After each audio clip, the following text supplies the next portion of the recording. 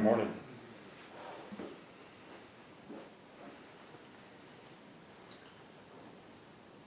I want to talk to you this morning about koan study in a very candid and frank way. I do this with a certain amount of reservation because when I began koan study 20 years ago,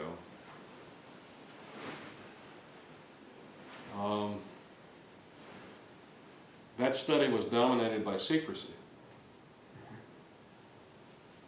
You weren't supposed to let anybody know what koan you were working. You weren't supposed to tell anybody about whether you had passed mu or not. You were not to discuss any of the presentations that you've made outside of Daishin or Dokusan. And it was shrouded in mystery. Today it's quite different. Americans being who and what they are. The discussion about koan study among students is incessant and competitive. And there's no effort at all to hold anything secret any longer. Now, I regard this as both a good thing and a bad thing.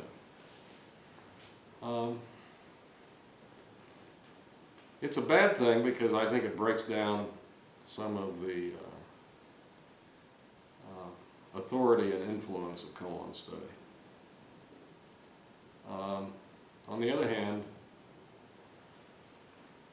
I know that when I started koan study, I didn't have the slightest idea of how to present a koan or what a presentation even consisted of. And I had to find all this out on my own. Now that in itself can be a good and a bad thing. You know, you're supposed to find out for yourself how to do this.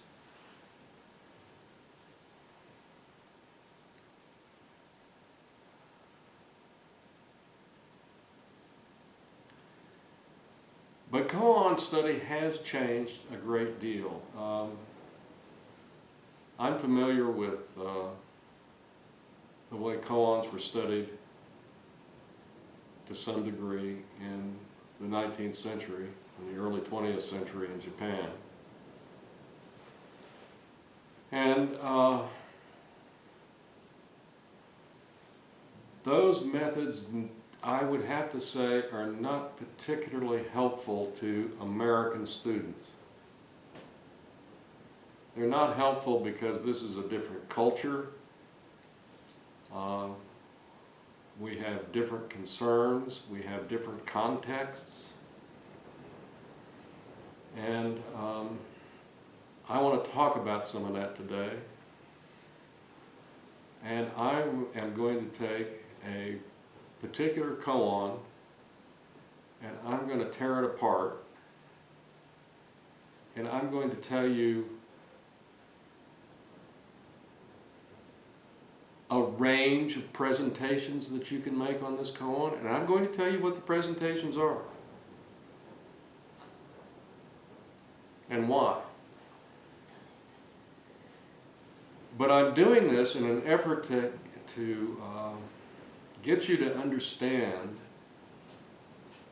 that koan study is a very vibrant and alive method of teaching Zen.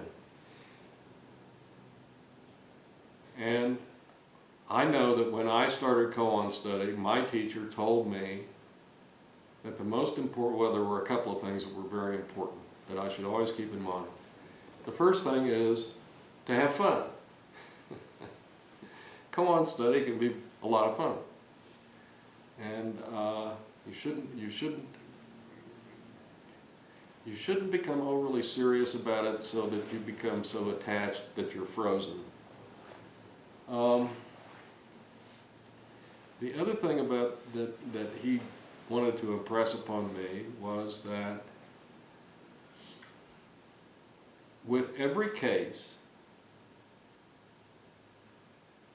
I should make every effort to relate it to my life. My life.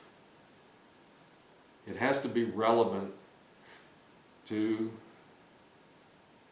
my experience and what I'm living.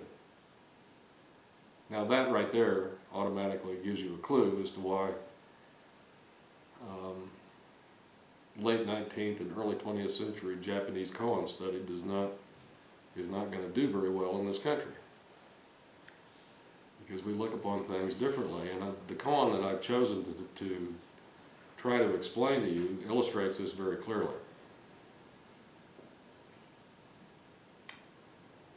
The koan that I've chosen happens to be one of the miscellaneous koans. It's case number 9 in our canon. The miscellaneous koans are changed quite a bit from Zendo to Zendo. It depends on who's compiling the list. But this occurs rather early in the miscellaneous koans, and it also happens to be the shortest koan in the canon. It consists of exactly 3 words, 10 letters.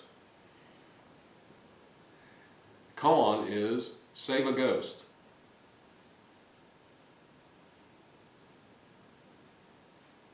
That's all it says.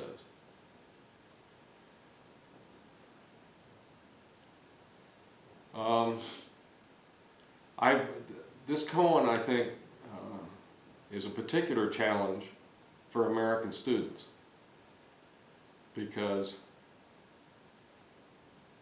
the 2 operative words in this sentence, save and ghost,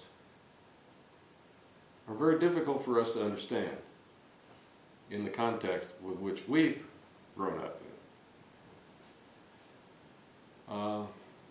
In the first place, we don't believe in ghosts, and ghosts do not play a big part in our culture. I think that they played a somewhat larger part in Japanese culture. Ghosts and demons had more of a reality about them than they do for us. So that when we're asked to interpret the word ghost, it's somewhat problematic for us. The same thing is about save. Now, you know, save is a word that we encounter in other places in this practice. For example, in the 4 vows. When we vow to save all sentient beings. We repeat that vow during the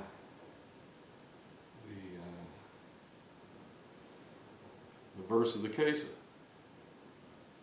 when we vow to save all sentient beings. What does it mean to save something? How do we accomplish that?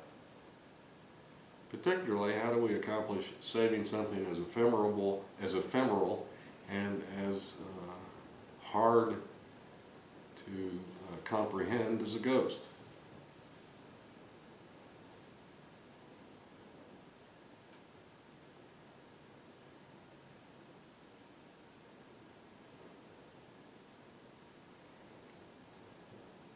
The Japanese approach to this koan 100 years ago was pretty straightforward. And as a matter of fact, my presentation of this koan when I gave it was very similar to that. This, of course, I'm going to refer to this little book here, The Sound of the One Hand. That was translated into English, I think, in the 60s, I'm not sure. But anyway, this is an English translation of a Japanese book that was written by Shohaku Harada Roshi. This was 75.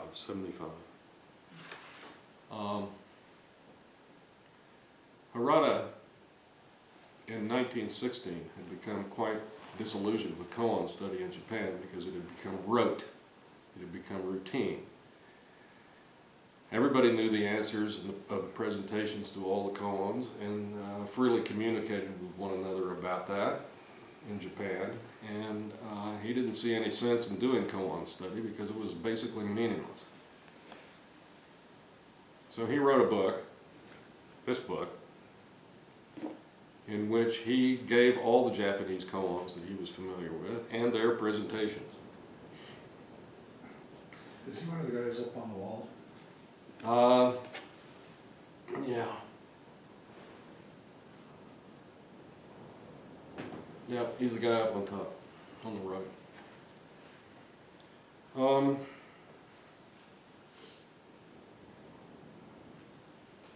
And I'm going to read to you exactly how this koan was to be presented then. And he gives a couple of examples of this koan. The first one is, there's a story about the lady-in-waiting Kasuga who saved a spirit by filling a teacup with water. Then taking her hair ornaments, she laid them one after another on the rim of the cup. Now you, a Zen monk, how would you save it? How would you save this spirit?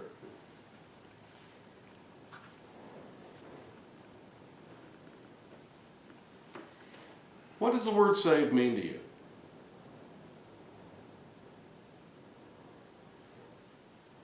To protect, to keep from harm. Mm-hmm. Mm-hmm. To serve. Yeah, could be. Could be. Free. Yes, that's very good. To save oneself, because to me, it's the thoughts that are out there. Well, in that vein, how would you save a spirit? When I say the spirit, Mm-hmm. just, How do you save anything? How do you liberate anything? by letting go, of the thoughts. I mean, I'm not looking at it in a physical or, ritual sense, I guess. How about becoming one with?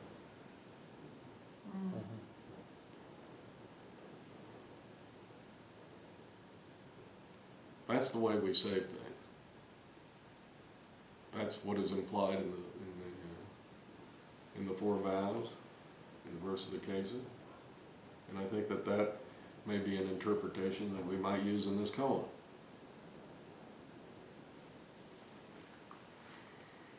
And the answer that was expected at that time was, the pupil makes a terrifying face, imitating a revengeful spirit, saying, "I'll have my revenge, I'll have my revenge." Oh, wow. In other words, the student becomes one with the spirit, becomes one with the ghost. This was not Casper. Now there is another way of presenting this, saying this koan, and I'm going to read that to you as well. The master simply says, "Let me see you save a spirit." And the answer is, imitating the spirit pleading for salvation. The pupil brings together both hands begging, "Please save me."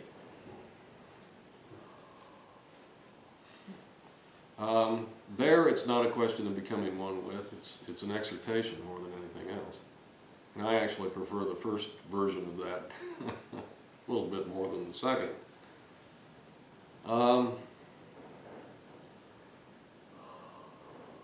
But now let's talk about what this koan means to us and how it might relate to our life. Because, I've talked many times about our scientific rationalism and the context that creates in this culture, and how we have a tendency to completely dismiss such things as ghosts and spirits and stuff like that, which makes it increasingly more difficult for us to get in touch with them, doesn't it? particularly in this koan. But one might ask oneself, well, what does a ghost mean to me?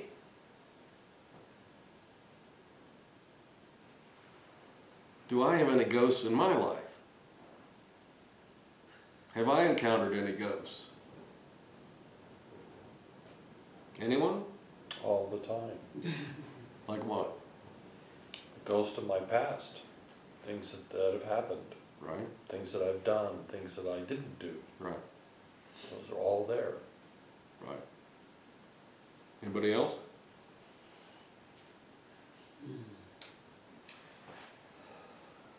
Oh, an awareness of my dead wife. The memory of her. Right, Those that have passed, that are part of us, like Okay. his wife or family members, who, especially where there's not resolution to something, right, those are our ghosts. But also, I think, experiences, just experiences within our own lives that were so troublesome that they never were resolved. right. Those are the hardest ghosts. That's The very true. demons. That's very true. The ones that hit us when we're, all of a sudden, they're there when we have Right, our meditation. that's very true. What about hungry ghosts? That's a Tibetan concept. That's very true, but we use it a lot in our practice, don't we? We talk about hungry ghosts. The Tibetans say that it's part of the 6 realms, that Yes. it's the realm that results from greed. And those in the hungry ghost realm are very hungry and thirsty, and no matter what they receive, they cannot swallow it, they can't take it in. That's right. Yeah. But we live with that all the time. It's called consumerism. Yeah, it Well, is. that's attachment Mm-hmm. It's attachment to and greed. and greed. Now, how would you present a hungry ghost?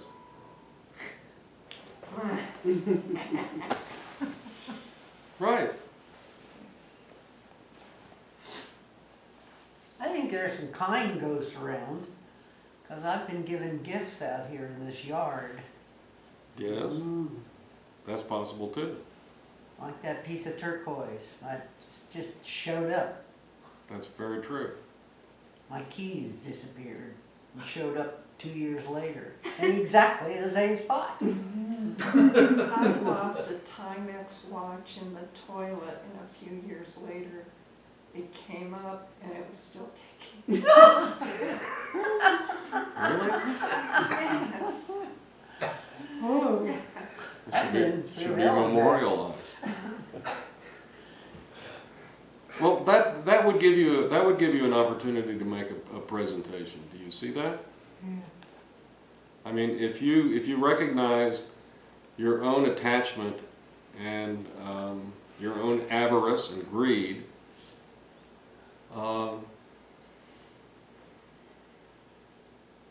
that certainly is an example of a kind of spirit and a kind of ghost that you can become one with.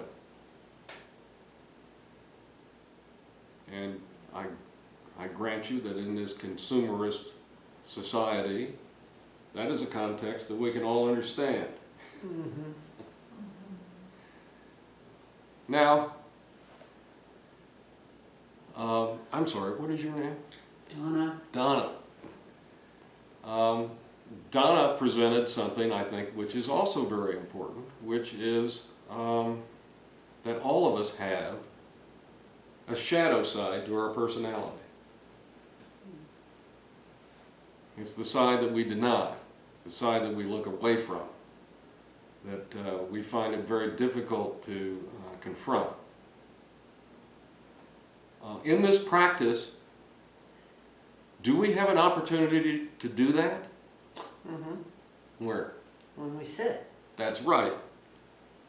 That's one of the reasons why we sit.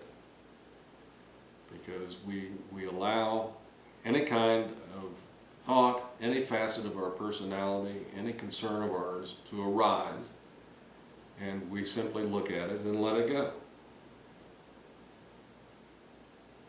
Now,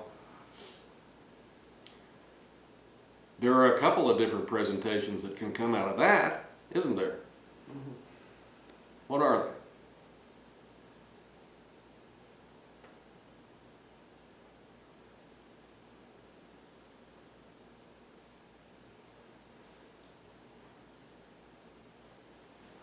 Yeah, yeah. Embracing. Okay, all right, all right. What's another one? You could reveal it. Pardon? You could reveal it. Well, you could talk about, yes, you could reveal it. You could talk about, and this is a case in which words are appropriate, because this is extremely hard to show in a way to communicate to the teacher. But you could say something about what you lack, something in your own personality that is providing you with difficulty, or whatever. Another thing that you can do is simply sit, because that's the way you access that. See? Now, all of these things, I've outlined about four different kinds of presentations that you could make on this 3-word koan. You see? And all of them are relevant. My challenge as the teacher is to know you well enough to be able to see what you're doing. You see? That's my challenge. I don't always get it right. It's difficult for me. That's why we have checking questions in koan study. A checking question is a question that comes after the presentation when you try to ascertain what it is that the student is trying to do and whether they have a really good grasp of the koan and their presentation of it. Whether they are sure and confident in their presentation. Because it's not always obvious.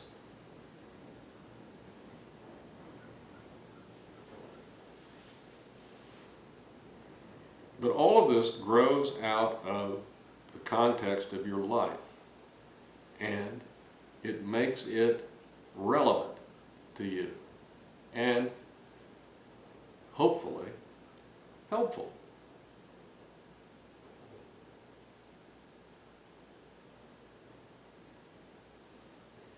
Now, of course, things can get very much more complicated than this particular koan. There are koans that have several parts that explore different facets of an issue or of a presentation. And you have to be prepared to present all of those parts and to have a grasp of everything in that koan.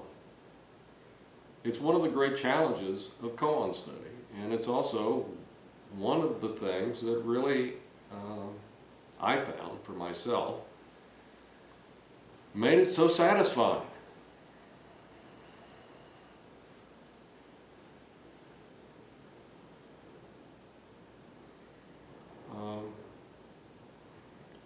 I think that a good example of what I'm talking about, if you want to have a modern description of modern koan study, is to get Barry Magid's new book called Nothing is Hidden.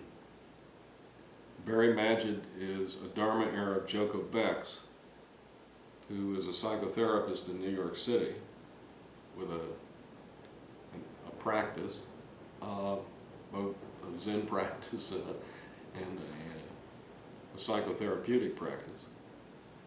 But he's very interested in the connection between what he does as a psychotherapist and what he does in koan study. And he goes into that quite a bit at length in this book. I really recommend the book. It's quite good.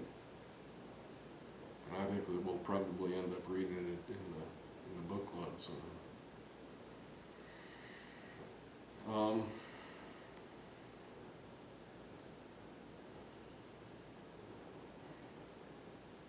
koan study, if you, to underline this,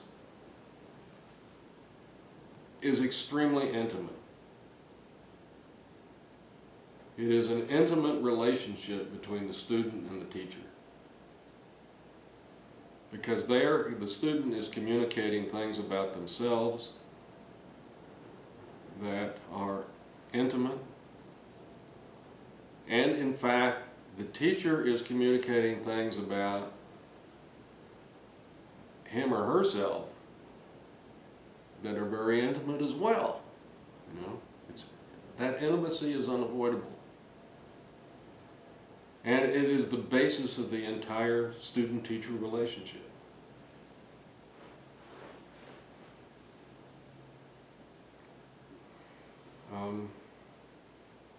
You know, within the Zen tradition, there are different ways of doing koan study, admittedly.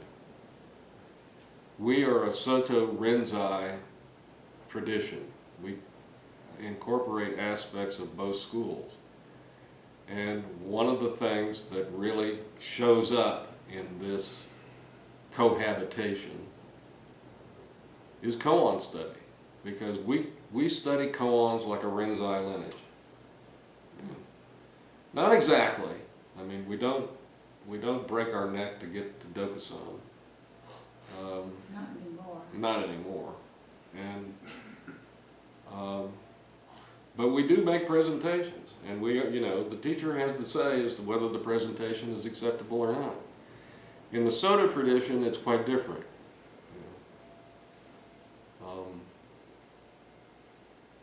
Because koans are not presented per se that way. They are talked about in a group, which can also lead to quite a lot of insight and quite a lot of intimacy within the group. There's no question about it. But it's just a different kind of approach. And I was surprised to find last weekend when my old teacher was here, and one of his students, I asked about how they were doing koan study, and I was surprised to learn that they were doing it in a group. And this was the guy who told me to keep my mouth shut and do it the old Japanese way. And here I am sitting here talking about it. You know. Well, I hope this gives you some sort of an insight into what koan study is and why it's so important and how to do it. I think that I, as a teacher, owe that to all of you. I could never understand why I was never given this information when I started out. It would have been a big help. So, thank you.